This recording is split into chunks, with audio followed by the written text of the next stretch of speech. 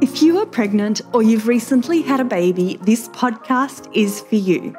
I am your host, Kath Bequee, a physiotherapist working in women's health and mum of three. Inside my online program, Fitness Mama, I just love helping support women to care for their bodies during pregnancy, prepare their bodies for birth, and support their after-birth recovery, helping them feel confident and strong inside out during this important stage of their lives. In this podcast, join me each week as we dive into all things pregnancy care, childbirth, and postnatal recovery, helping you through every step of the journey. It is absolutely possible to feel amazing and confident in our bodies during this motherhood journey, and I want that for you. Come and say hi to me on Instagram @FitnessMama, and let's dive into today's episode. Hello and welcome back to another episode of the Pregnancy, Birth and Recovery podcast. This episode today is all about upper or mid back pain during pregnancy. And first of all, if you are experiencing mid to upper to mid, I should say, back pain during pregnancy, I am sorry to hear it. It's never fun having pain during pregnancy, whether or not you're still working full time and you're getting home late every day, or if you've got a toddler and you're running around after them, being achy or sore isn't fun. So this episode is for you. We're going to discuss potential causes of your pain and discuss why it's so common in pregnancy. And I'm also going to talk you through exercises and stretches to help, as well as some other strategies as well. Now, this is a podcast and I will be talking you through some stretches and exercises. If they don't make sense, check out the website for this podcast episode because I will have some videos and photos to help make those stretches a bit easier to understand. And of course, if you need support during this time and you would like to be able to exercise safely and focus and support your body during pregnancy, then you know where to come and join us with a 7-day free trial with our beautiful app for pregnancy and postpartum. Head to fitnessmama.com. Right, so I do commonly talk about back pain and pelvic girdle pain on this podcast. And I do apologize because this is actually the first episode I have done where I talk about more that mid to upper back pain area. And it is common, perhaps not as common as pelvic girdle pain, but it is really common. And it is an issue that I've helped many pregnant women with, both in the clinic and inside our membership. And I've had it too during pregnancy, and it's not fun. So upper back pain, it is more common in the second and third trimester. And that's because our baby is getting bigger. It's pushing on. Our uterus is growing, our ribs are getting all squished up, and there's also a lot of postural changes that are occurring during this time too. So let's quickly dive into these causes, but then more importantly, let's discuss some stretches and exercises and strategies to help hopefully you feel a little bit more comfortable. But as always, as with all these episodes, you know the drill. If you are in discomfort, please don't put up with it. If you need to go and speak to your healthcare provider for an individualized assessment, treatment and diagnosis and all the rest, please do, because this is general information only. And if you need the support, go and get it. Right. So what causes, quickly, let's discuss it. What causes this mid to upper back pain during pregnancy? So there's three, I like to put it into three main buckets, and they sort of all interlap. But anyway, we've got the physical changes in our body that occur during pregnancy, and these are the obvious ones. You know, we all see them. We've got bigger boobs, we've got a bigger belly, that's causing weaker abdominal muscles. We've got those hormonal changes occurring in our body, and they are the physical changes. And then we've got the changes to the way we move during pregnancy. So the mechanical changes, you know, think waddling. Like I was a big waddler during my second pregnancy, especially when I had that pelvic girdle pain. I just could not stop waddling for a few weeks. You know, the typical pregnancy sway back that you see, that increased anterior pelvic tilt, that increased lumbar lordosis, that typical sway back that we see.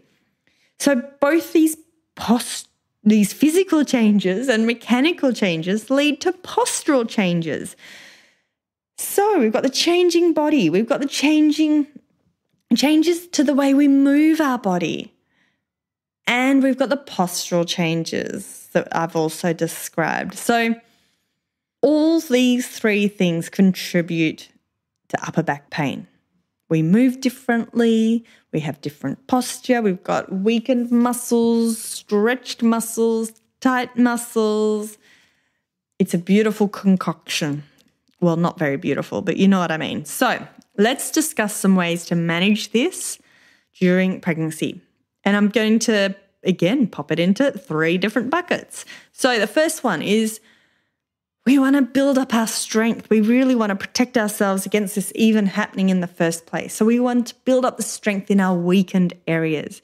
So this primarily is our core, our abdominals, but also our upper back, our shoulder blade muscles. There's some beautiful exercises that you can do, and these are beautiful for setting yourself up for postpartum. You know, when you've got your baby, you've been through birth, whether or not it's a vaginal or a cesarean birth, but you're breastfeeding all day. We really want to build up our strength in our upper body and our upper back to help with these first few months, weeks and months with our new baby. Okay, secondly, gentle stretch of the tight areas. So we're strengthening up the weak areas and we're gently stretching the tight areas. Obviously, when we do stretches, don't push into any limits, all very gentle and supportive. But let's think, we want to stretch that rib cage area, thoracic spine area, perhaps our necks and our pecs. So as I said, head to the website for videos of these stretches, but they might include child's pose, any C-shaped curves. So whether or not you're in 4-point kneeling, sitting, or child's pose, but you could bring your hands over to one side. So let's say you're sitting, reaching up, and then reach over to the side. So it's that C-shaped curve, and you're opening up your rib cage. Let's not forget about rotation stretches. So again, there's a whole variation. I love sitting. Sitting, pop one hand on your opposite knee and look away, look around. And then extension stretches, so where you're extending up. So if we think with gravity and postural changes, we're in more of a flexed position with our bigger boobs and bigger belly. We want to stretch into extension. So perhaps interlace your fingers behind you and bring your hands up behind you. Or perhaps we're standing up against a doorway and our arms up against a doorway and we're moving gently away from our hands. So we're getting a lovely stretch in our shoulder and some extension through our back. Here I am doing all the stretches while I'm sitting on a podcast to you. Yes, so 2 other strategies quickly. We've talked about strengthening and stretches, and of course, come and join us, free 7-day trial if you would like access to all of this. You don't need to stay on. If you just want to come and see what it's all about, come and join, free, 7 days, because I want to help support you all. That's why I do this podcast. I know what it's like to be in pain and discomfort during pregnancy, and it isn't fun. I totally get it. So in addition to that, make sure you do have a right bra, the right bra that supports you sufficiently. So do you need a different sized bra, or do you need to adjust the strap so that your bust is better supported and your bra is taking the weight of your boobs rather than gravity having its way? So just have a think about the right bra. Do you need to update it? And then some other strategies which we need to consider. If you've got a sedentary job, consider your setup. So if you're sitting at a desk all day, does your desk or chair need to be adjusted? Does your chair provide enough support? Are your elbows at that typical 90-degree angle? Are your hips at that 90-degree angle? Do you need to factor in more walking and standing breaks during the day? So do you need to move your body more? If you've got a toddler, is there any way you can limit how much you're having to lift them during your 2nd and 3rd trimester? And just as a side note, if you've got a toddler, I really do think this is a perfect stage to get into a bit of a habit. We'll try to work on a few strategies at home so that you aren't lifting them as much as possible. Because when you come home with a newborn baby, whether or not you have a vaginal birth or a cesarean, I really do recommend you don't lift your toddler for those first 6 weeks if you can help it. That's really going to help with your recovery. So the more you can get into the habit when you're still pregnant, the better. So I used a cuddle couch when I had my toddlers. So instead of me picking them up to cuddle them, I'd say, come on, let's go over to our cuddle couch. I bought a whole lot of stairs, those lightweight steps that I could move around the house. So I had them at all the sinks, the basins, and the kitchen, nappy change table, cot. So even if you have to lift them, they're coming up a lot higher. If you do need to pick them up, can you ask them with your help to get onto a chair and then you pick them up from the chair? So they're already up high, so you're not having to pick them up from a low, like from down low, from the ground. And getting your partner on board too. So it's not just your mummy that can't pick you up. It's, both of you are starting that strategy from early as possible. So that's my quick tip. I digress. Before we finish up, let's talk about when to call a doctor about your upper back pain. If you've got any difficulty with breathing, pain that's worsening, tingling or numbness sensation in your legs, dizziness, blurred visual, disturbances, vaginal bleeding, leaking, you get the drift. If there's any concerns, please do consult your healthcare provider. That's it, ladies.